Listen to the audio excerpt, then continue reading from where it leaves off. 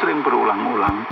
Saudara, nafsu makan yang kuat dan tidak terkendali dapat mengancam gangguan yang lain juga, seperti obesitas atau kegemukan, rawan dengan gangguan kolesterol yang mengakibatkan tekanan darah tinggi atau hipertensi, gangguan jantung dan diabetes. Akan ada banyak gangguan dan ancaman kesehatan jika pola makan kita tidak terkontrol. Jika kita rakus, makan apa saja yang kita suka dengan suka-sukanya, dan porsinya juga bukan porsi kecil, tetapi porsi besar atau porsi jumbo. Apalagi kalau sudah makan yang disenangi, kadang-kadang sulit untuk mengontrol. Sehingga nasihat untuk makan sebelum lapar, berhenti sebelum kenyang, tidak laku. Yang suka makan pedas tidak peduli kalau akan ada gangguan pencernaan, seperti gangguan lambung atau mah. Waktu masih muda sih mungkin aman-aman saja. Tetapi ketika usia sudah mulai menua, masalah banyak muncul. Akhirnya berteman akrab dengan dokter. Yang dikonsumsi bukan lagi makanan enak kesukaannya. Makanan enak justru dipantang dan dibatasi. Tetapi obat dikonsumsi setiap hari, rutin 3 kali sehari. Jadi kita sudah harus memikirkan tentang kesehatan di masa tua dengan mengendalikan nafsu makan kita. Orang yang rakus dan tidak dapat mengendalikan nafsu makannya itu ibarat sifat babi. Kita perlu waspada agar hati kita jangan dikuasai babi atau tidak dikuasai oleh sifat babi. Saya tidak sedang berbicara tentang nafsu makan daging babi ya. Tetapi makan apapun, termasuk makanan halal sekalipun, jika kita tidak mampu mengendalikan nafsu makan kita yang terlalu besar, itu artinya hati kita dikuasai sifat dan nafsu babi, saudara. Secara alamiah, babi adalah hewan paling rakus. Hanya memuaskan nafsu dan sifat tinggal di tempat yang kotor. Kalau kita amati babi yang dipelihara, dia akan puas makan sampai kenyang, setelah itu tidur. Bangun makan lagi. Tidak akan berhenti kalau makanan di hadapannya belum habis. Kalau lapar dan tidak ada makanan, babi akan berteriak ribut sekali. Kalau kita kaitkan dengan kehidupan manusia, sifat seperti itu juga ada pada manusia. Hawa nafsu yang besar, rakus, itu ada pada manusia. Pusat perhatiannya hanya untuk mencapai dan memuaskan keinginannya. Itulah gambaran sifat manusia yang hatinya dipenuhi dengan sifat babi. Manusia yang sudah terikat dengan hawa nafsu, rakus, selalu mau memuaskan nafsunya, sering sulit untuk dilepaskan karena sudah mengakar di dalam hatinya dan menjadi tabiat buruk.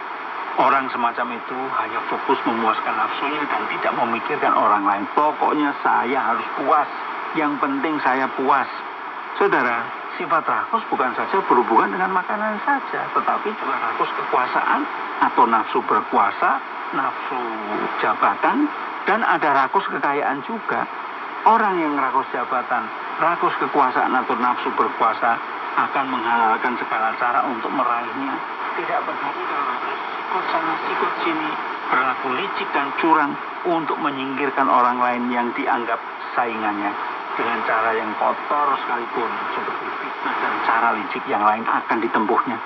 Orang yang rakus harta atau kekayaan tidak akan segan-segan menipu dan memeras. Kalau dia punya jabatan, dia akan memanfaatkan jabatannya untuk mendapatkan keuntungan. Itulah yang disebut dengan korupsi dan lain sebagainya. Tidak peduli orang lain rugi, asalkan pundi-pundi kekayaanku semakin gendut.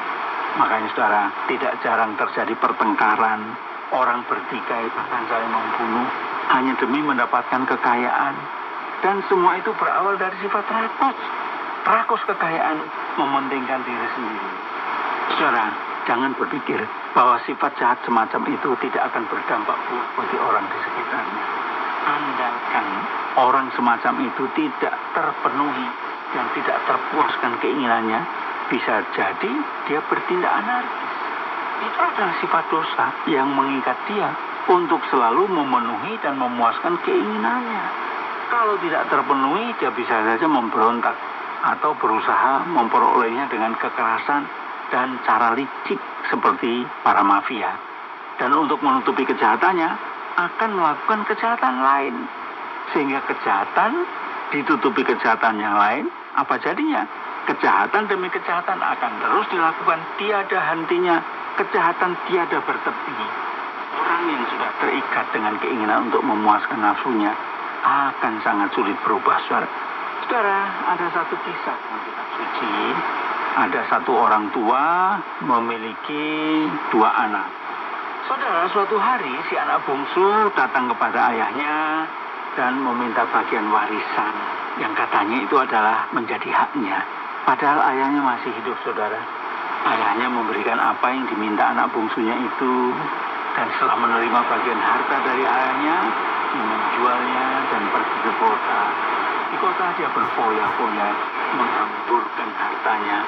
Hingga akhirnya habis hartanya itu dan jatuh miskinlah dia, melarat, kekurangan. Dalam keadaan miskin, kelaparan dan hampir mati. Saudara, terima kasih sudah mendengarkan program Jembatan Hati. Program ini dipersembahkan atas kerjasama Yayasan Trangwarta Rohani Kota Batu, Jawa Timur, dan Penerbit Kalam Hidup Bandung, Jawa Barat. Apabila ada pertanyaan dan saran, silahkan kirimkan ke SMS atau WhatsApp di nomor 081 333 777 386. Anda juga dapat mengakses penerbit Kalam Hidup melalui website di www.kalamhidup.com. Sampai jumpa.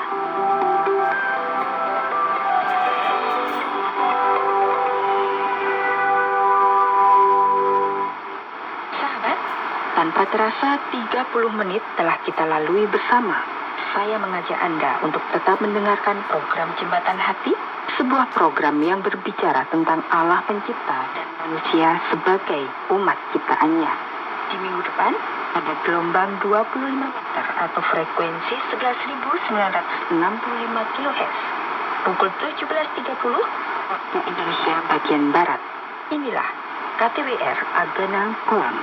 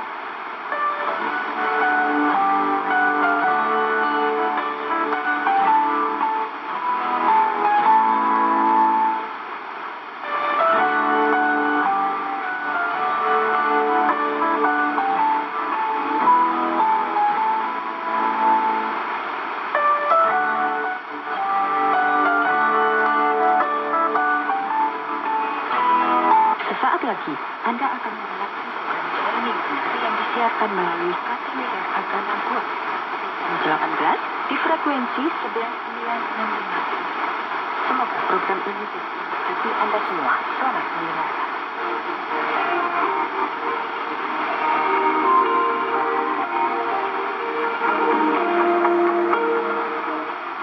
Selamat datang saudaraku.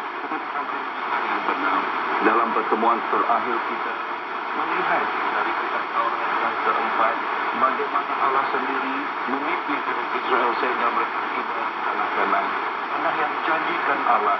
Tetapi apabila mereka mengetahui bahwa orang yang berdiam di tanah itu besar dan mereka merasa takut dan tidak percaya kepada janji Allah.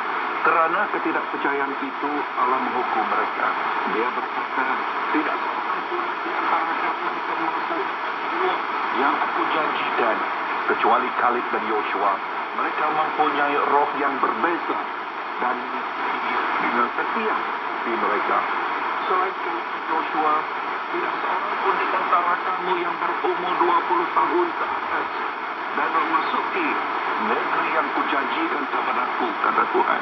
Kamu telah berkata bahwa anak-anakmu akan ditawan, tetapi mereka yang akan kubawa negeri, kamu tolak itu, dan itu akan menjadi tanah ayun mereka.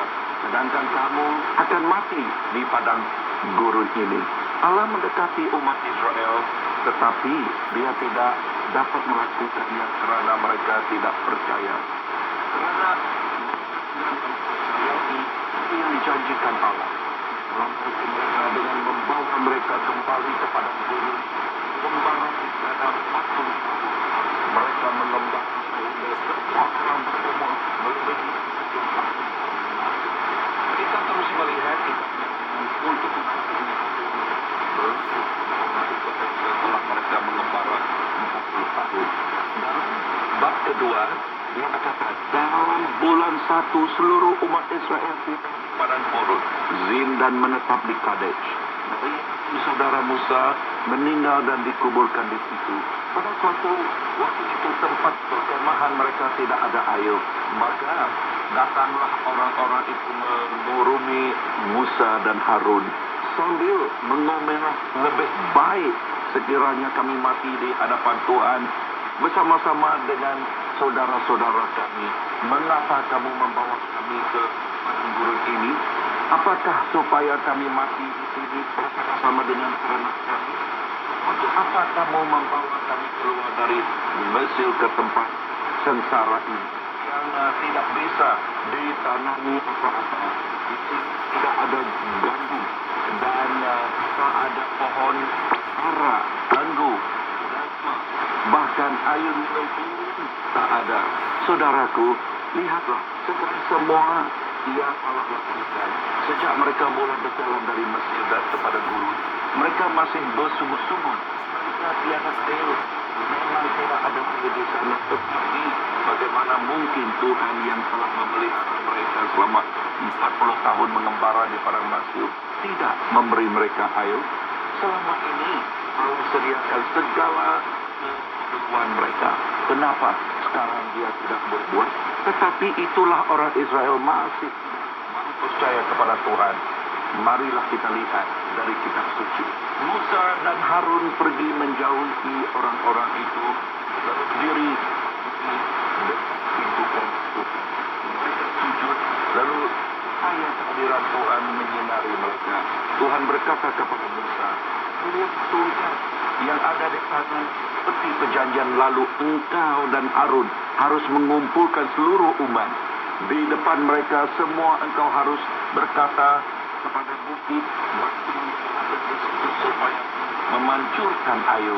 Demikianlah engkau mengeluarkan air dari bukit batu itu supaya rakyat dan ternak mereka dapat minum. Maka pergilah Musa mengambil itu seperti yang diperintahkan Tuhan. Musa dan Harun mengumpulkan seluruh umat Israel bukit itu. Lalu Musa berkata, dengar hai pemberontak, apakah yang kamu harus mengeluarkan air?